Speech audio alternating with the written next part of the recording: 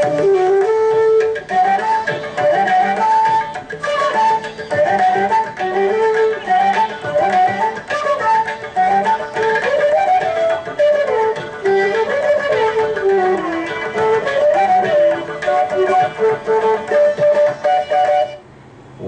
உள்ளத்தனாய் உலகமளந்த அண்டமுற நிவந்த நீழ்முடியன் அன்னு நேர்ந்த நிசாசரரை கவர்ந்த வெங்கனை காகுத்தன் கடியார் பொழில் அரங்கத் தம்மான் அரைச்சிவந்த ஆடையின் மேல் சென்றதாம் என சிந்தனையே. ரொம்ப ஆச்சரியமான பாசுரம். திருப்பாணாழ்வாருடைய அமலநாதிபிரான்கிற 10 பாசுரங்கள் திருவரங்க தெம்பெருமானுடைய ஓரோரு அங்கமாக ஓரொரு பாசுரத்தாலே அனுபவித்து பாடி வருகிறார். அதிலே இது 2வது பாசுரம். முதல் பாடலாலே பெருமானுடைய திருக்கமலபாதத்தை வர்ணித்தார், பருகினார். அடுத்த பாசுரத்தாலே அவனுடைய திருவரையில் சாத்தி இருக்கும் அழகிய ஆடை. பகவானுக்கு ஆடை சமர்ப்பிப்பதே நமக்கு ஆசை. ஏன்னா இப்போ பார்சாரதி பெருமாளுக்கு ஆடை, பெருமானுக்கு திருப்பரியட்டம் வஸ்திரம் சமர்ப்பிக்கணும். எந்த பெருமாளுமே தேரில் எழுந்தருளும் போது ஆடைய ஒரு தனிச்சிறப்போடு அணிந்து கொண்டிருப்பார். அதாவது கபாய் சாத்தி கொண்டு சேவிச்சிருக்க முடியும். குதிரை வாகனத்தில் எழுந்துருடுறார், இல்லை யான வாகனத்தில் எழுந்துருடுகிறார்னால் அப்ப ஆடையே தனிச்சிறப்போடு இருக்கும். கபாய் சாத்தி கொண்டு நேர இப்படி மேல போட்டு மூடிடுறாப்புல இருக்கும். அது ஒண்ணு ஆடையாட்டம் கச்சம் வைத்து கட்டியோ பிரம்மச்சாரி கட்டு போறவோ இருக்காது. அது ஒரு தனிச்சிறப்பு. அதே போல தேருக்கு பெருமாள் எழுந்துருடுகிறார்னு சொன்னால் அப்போது ஒரு தனிச்சிறப்பு. இன்னென்ன வாகனத்துக்கு இப்படிதான் வஸ்திரம் திருப்பரியட்டம் சமர்ப்பித்துக் கொள்ளுவார். அதே போல திருமஞ்சன காலத்தில் இருந்தா மஞ்சள் ஆடை, அது தண்ணீர்ல தோய்ந்து திருமஞ்சன தீர்த்தம் சொட்டு சொட்டுன்னு சொட்டி கொண்டு ஈரவாட தீர்த்தம்ங்கிறது எவ்வளவு முக்கியம் தெரியுமா? திருமஞ்சனம் நடக்கும். அதுக்கப்புறம் பெருமானுடைய ஆடையை களைவார்கள். ஸ்ரீரங்கத்துல மட்டும் கைலி ஆடை, மற்ற திவதேசங்கள்லாம் மஞ்சள் நிறத்து பருத்தி ஆடை. அந்த ஆடையை பிழிஞ்சு அதுலேருந்து சொட்டுகிற தீர்த்தத்தை நமக்கு பிரசாதமா கொடுப்பா. அதுக்கு ஈர ஆடை தீர்த்தம்னு பேர். அப்ப ஆடையே முக்கியம். ஆடையோட திருமஞ்சனம் கண்டல்றது அழகு. அந்த திருமஞ்சன தீர்த்தத்தை நாம வாங்கிக்கிறோமோ இல்லையோ அது இன்னும் அழகு. இந்த ஆடையோட சேர்க்கப்பட்ட 2 குட்டி கதை அதை சொன்னேன்னா தான் இதுக்கு இருக்கிற பெருமையே நமக்கு தெரியும். ஒரு கதை ராமானுஜரை பத்தினது, மற்றொரு கதை ராஜகண்ட கோபாலர்ங்கிறத பத்தினது. முதல்ல ராஜகண்ட கோபாலருடைய கதையை சொல்றேன். நம்பெருமாள் 1323வது ஆண்டு ஸ்ரீரங்கத்திலிருந்து வெளியே போய் மறைந்து வாழ வேண்டிய நிர்பந்தம். ராமனும் அயோத்தியிலிருந்து வெளியில போய் மறைஞ்சு வாழ்ந்தார். கண்ணனும் மதுரையிலிருந்து வெளியில போய் மறைந்து வாழ்ந்தார். நம்பெருமாள் அரங்கநாதன் ஸ்ரீரங்கத்திலிருந்து ஆனமலைக்கு போய் மறைந்து வாழ்ந்தார். மதுரையில ஆனமலை இருக்கே, அதனுடைய அடிவாரத்தில் இருக்கும் கொடிக்குளம் ஜோதிஷ்குடிங்கிற இடம். அந்த இடத்துல பிள்ளை லோகாச்சாரியருடைய திருவரசு உள்ளது. பிள்ளை லோகாச்சாரியர் வடக்கு திருவேதி பிள்ளையினுடைய திருக்குமாரர். லோகாச்சாரியாய குரவே கிருஷ்ணபாதஸ்ய சூனவே சம்சார போகி சந்தஷ்ட ஜீவ ஜீவாதவே நமஹா என்ன அவரை பத்தின அழகான ஸ்லோகம். 18 ரகசிய கிரந்தங்களை எழுதினவர். முமுட்சுப்படி ரொம்ப ஆச்சரியமான நூல். ரகசியத்திரயத்தையும் விளக்க வந்த நூல். திருமந்திரம், துவயம், சரமஸ்லோகம், இந்த 3ம் வைணவத்தில் சிறந்த ரகசிய மந்திரங்கள். அதன் அர்த்தங்கள் அவர் விளக்கியிருக்கார். அதே போல ஸ்ரீ வச்சனபூஷணம், எப்படி ஒரு ஸ்ரீவைஷ்ணவன் வாழணுங்கிறத பத்தி ஆச்சாரியர்கள் எப்படி நடந்துக்கணும், சிஷ்யர்கள் எப்படி நடந்து கொள்ள வேண்டும், பகவானுடைய கருணையே நமக்கு மோட்சத்தை கொடுக்கிறது, ஆச்சாரிய அபிமானம் ரொம்ப முக்கியம். இது இத்தனை அந்த நூல்ல எழுதி வைத்தார். அந்த சுவாமி நூல் எழுதினது ஒரு பக்கம் இருக்கட்டும், அதெல்லாம் பிரமாணத்தை காத்து கொடுத்தது. ஆனா பிரமேயம் பகவான். அவனுடைய விக்கிரகத்தை திருமேனிய ரட்சித்து கொடுக்கணும் இல்லையோ. அந்நியர்களுடைய படையெடுப்பு நடந்த காலம் 1323. நாட்டுல இருக்க முடியலே வெளியில புறப்பட்டார். மூடு பல்லக்கில் நம்பெருமாளையும் பெரிய விராட்டியாரையும் எழுந்துருள பண்ணி கொண்டு தெற்கு நோக்கி போய் ஆனமல தொடர்ல காத்திருந்தார். வெகாண்டு சுமார் 48 வருஷம். 1 வருஷம் 2 வருஷம் இல்லை, 1371வது வருஷம் தான் நம்பெருமாள் திரும்ப எழுந்துடுறார்.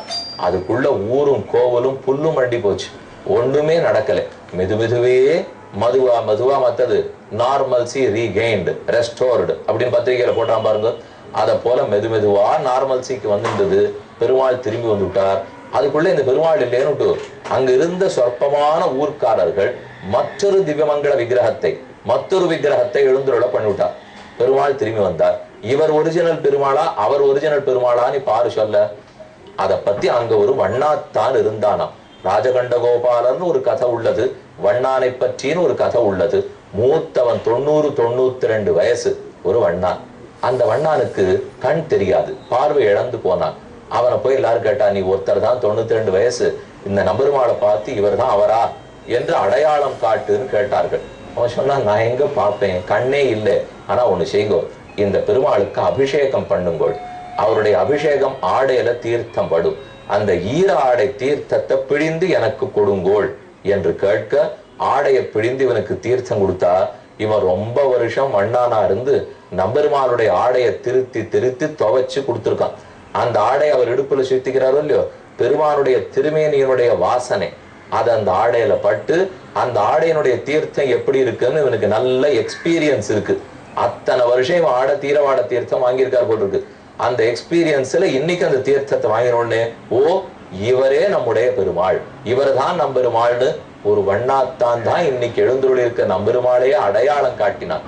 அப்ப அந்த வண்ணான் குலம்ங்கிறது எவ்வளவு முக்கியமான குலமா போச்சு. ஆனா நமக்கு ஒண்ணு தோணும் இல்லையே, அதுல ஒரு வண்ணான் தானே அன்றைக்கே பகவானிடத்தில் அபச்சாரப்பட்டார் என்று தோணும் அல்லவா.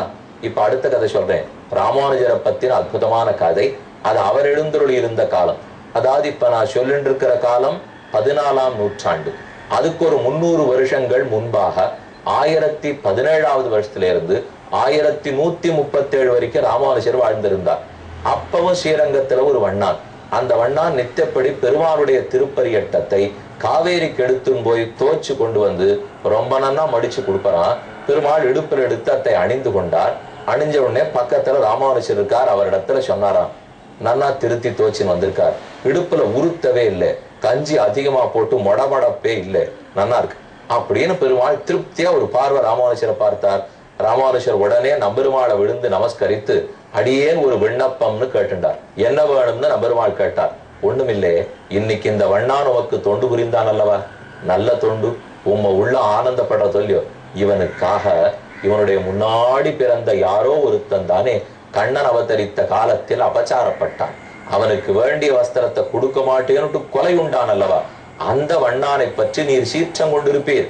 நீரே தானே கண்ணன், கொண்டல் வண்ணனை கோவலனாய் வெண்ணை உண்டவாயன், என் உள்ளம் கவர்ந்தானை அண்டர்கோன் அணியரங்கன், என் நமுதினை கண்டகண்கள் மத்தொன்னினை காணா என்று திருப்பாணாழ்வார் பாசுரம். கண்ணன் வேறல்லன் கச்சினம் மேய்த்தவந்தை கடலினை பணிமினீரேன்னு தொண்டரடிப்புடியாழ்வார் சாதிக்கிறார். மத்தொன்னும் வேண்டாமனமே மதுளரங்கர் கச்சினம் மேய்த்த கடலின கீழ் உத்த திருமாலை பாடும் சீர் தொண்டரடிப்பொடி எம்பெருமானை எப்பொழுதும் பேசினு திருமாலைக்கு தனியன். அப்ப கண்ணனே தான் நம்பெருமாள், கண்ணனே தான் பெரிய பெருமாள். நிச்சயம் தானே, பெரிய பெருமாள் தான் கண்ணன். நம்பெருமாள ராமன்னு சொல்லலாம், கண்ணன்னு சொல்லிக் கொள்ளலாம். ஆக என்றோ கண்ணனிடத்தில் வண்ணான் அபச்சாரப்பட்டான், நீர் தான் இன்னைக்கு கண்ணன், அந்த வண்ணானுடைய வம்சத்துல பிறந்த ஒத்தர் தான் இன்னைக்கு உமக்கு நல்ல தொண்டு புரிஞ்சிருக்கார், இவனுக்காக அவனை மன்னித்து விடுவது கூடாதா அப்படின்னு ராமானுஜர் பிரார்த்தித்தார். காரை கருணை ராமானுஜர் இக்கடலிடத்தில் ஆரே அறிபவர் நின் அருளின் தன்மை, அல்லலுக்கு நேரே உறவிடன் நான் வந்து நீ என்ன உய்த்தவின், உன் சீரே உயிர்க்குயிராய் அடியேற்கு இன்னு தித்திக்குமே. காரை கருணை ராமானுஜன் கொண்டலனைய வன்மை ராமானுஜன், மழை மேகம் பொய்த்து போகலாம், ராமானுஜருடைய கருணை வெள்ளம் ஒரு நாளும் பொய்த்து போகாது. என்னைக்கு இருந்தவனுக்கு என்னைக்கு இருந்தவனை ஈடுகட்டி இவனுக்காக அன்னைக்கு மன்னிச்சிருன்னு ஒண்ணு ஞாபகம் வச்சுக்கணும்னா, ஒரு ஜீவாத்மா கூட பெருமானுடைய கோபத்துக்கு ஆளாக கூடாது, அனைவரும் அபச்சாரப்படக்கூடாது, மொத்த பேரும் பெருமானிடத்திலே ஈடுபட்டிருக்கணும், அவரும் எல்லார பத்தி அனுகிரகத்தோடு இருக்கணும். இதுதான் அந்த சுவாமி பட்ட ஒரே ஆசை. தான் ஒருத்தன் நரகத்துக்கு போனாலும் அத்தனை பேரும் முக்தி பெற வேணும்னு ஆசைப்பட்டார் இல்லையோ. ஆனால் இந்த கதைகளோட சேர்த்து அன்னைக்கு துவாபர யுகத்தில் கண்ணன் வண்ணானிடத்திலே வஸ்திரம் பெற்றார்னு அவன் கொடுக்கல, தான் எடுத்து விட்டாருங்கிற கதையை பார்த்துட்டோம். அப்ப வஸ்திர கதை முடிஞ்சு போச்சு. இனி அடுத்த அலங்காரம் புஷ்பாலங்காரம். கண்ணன் போறார். தத சுதாம்னோ பவனம் மாலாகாரஸ்ய ஜக்மதுகு தௌ திருஷ்டுவாச சமுத்தாய நநாம ஷரசா புவி. ஒரு சின்ன சந்து, அந்த சந்துக்குள்ள சின்ன குடிசை, அதுல ஒரு மாலாக்காரர் இருக்கார், சுதாமா என்னவருக்கு பெயர். இந்த சுதாமா வேற, குச்சேலர்ங்கிற சுதாமா வேற. இப்ப நாம பாக்குறவர் ஒரு மாலை கட்டி தொடுத்து நித்தியப்படி வியாபாரம் பண்ணிருக்கிறவர், ரொம்ப ஏழை அடியவர். கண்ணன் போற நேரத்துக்கு வியாபாரமே முடிஞ்சு போச்சு. இருந்தது 4-5 புஷ்பங்கள். ஆனா கண்ணன் வீட்டு வாசப்படியில போய் நின்று கதவை தட்டினாரோ இல்லையோ, விஷ்ணு புராணத்துல பராசரர் சொல்றார், பிரசாத பரமௌ நாதௌ மம கேகம் உபாகதௌ தன்யோகம் அர்ச்சயிஷ்யாமி இத்தியாக மால்யோபஜீவனஹ. ஓ கண்ணனே, நீ வைகுந்தத்திலிருந்து மதுரைக்கு வந்ததே ஆச்சரியம். மதுரையிலிருந்து கோகுலத்துக்கு போய் மறைந்து வாழ்ந்தது ஆச்சரியம். அங்கிருந்து திரும்ப மதுரைக்கு வந்திருக்கே. பெருந்தெருவையும் பெரும் மாளிகைகளையும் விட்டுவிட்டு குறுந்தெருவை தேர்ந்தெடுத்தது ஆச்சரியம். குறுந்தெருவிலேயும் இந்த எளியவனுடைய குடிசையை தேர்ந்தெடுத்தது இன்னும் ஆச்சரியம். வா, உனக்காக நான் என்ன செய்வேன்னு எனக்கு தெரியல. எனக்கு கையும் ஓடல, காலும் ஓடல, பதட்டப்பட்டான். கண்ணன் சிரிச்சுட்டே சொன்னார், இதோ நான் வந்த உடனே என்ன பண்றதுன்னு தெரியாத பதட்டப்படுறபார், இந்த பதட்டம் தான் எனக்கு சமர்ப்பிக்கப்பட வேண்டும். நீ கொடுக்கும் மத்த எதையும் எதிர்பார்த்து யாம் வரவில்லை. தயோர் ஆசீனமானிய பாத்தியம் ச ஆர்க்ய அரகணாதிவிகி பூஜாம்சானு பூஜாம்ச அனுகயோச்சக்ரே சக் தாம்பூலானு லேபனைகி பவந்தௌ கில விஸ்வஸ்ய ஜகதः காரணம் பரம் அவதீர்ணா விஹாம்சேன க்ஷேமாயச்ச பவாயச்ச. உலகத்தின் நன்மைக்காகவே நீங்கள் பிறந்தீர்கள். நீங்கள் இங்கு வந்திடே, இதோ அர்க்யம், இதோ பாத்தியம், இதோ ஆச்சமனியம், இதோ என்னிடத்தில் இருக்கும் 2 விடுதி புஷ்பங்கள் என்ன சமர்ப்பித்தானாம். அது ₹1,00,000 புஷ்பமான கண்ணன் பார்க்கல. தூய அன்போட பக்தியோட கொடுக்கப்பட்ட புஷ்பமா. பத்திரம் புஷ்பம் பலம் தோயம் யோமே பக்தியா பிரயச்சதி. நீ எதவனா குடு. சூட்டு நன்மாலைகள் தூயன வேந்தி, ஆனா தூய பூவாக இருக்க வேண்டும். எது தூய புஷ்பம்? பதிலுக்கு கண்ணனிடத்தில் எதையும் எதிர்பாராமல் சமர்ப்பிக்கப்பட்ட புஷ்பம். சூட்டு நன்மாலைகள் தூயன வேந்தி விண்ணோர்கள் நன்னீராட்டி அந்தூபந்தரா நிற்கவே ஆங்கு ஓர் மாயினால் ஈட்டிய வெண்ண தொடுவண்ண போன் திவிலேற்று வன்போன் கோட்டடையாடின கூத்து அடலாயிரதம் கொம்பினுக்கேன்னு திருவிருத்தத்தில் அம்மாழ்வாருடைய பாசுரம். வருஷம் முழுக்க இவ்வளவு புஷ்பத்தை சாத்தணும், அதெல்லாம் நமக்கு முடியல, குறைச்சுடுறோம். அதுக்காக வருஷத்துக்கு ஒரு தடவை பூச்சாத்தி உற்சவம்னு நடக்கும். யாராரு புஷ்பம் சமர்ப்பிக்கலாமோ கொண்டு போய் சமர்ப்பிக்கலாம். பெரியாழ்வார் அன்னைக்கே ஆசைப்பட்டார்.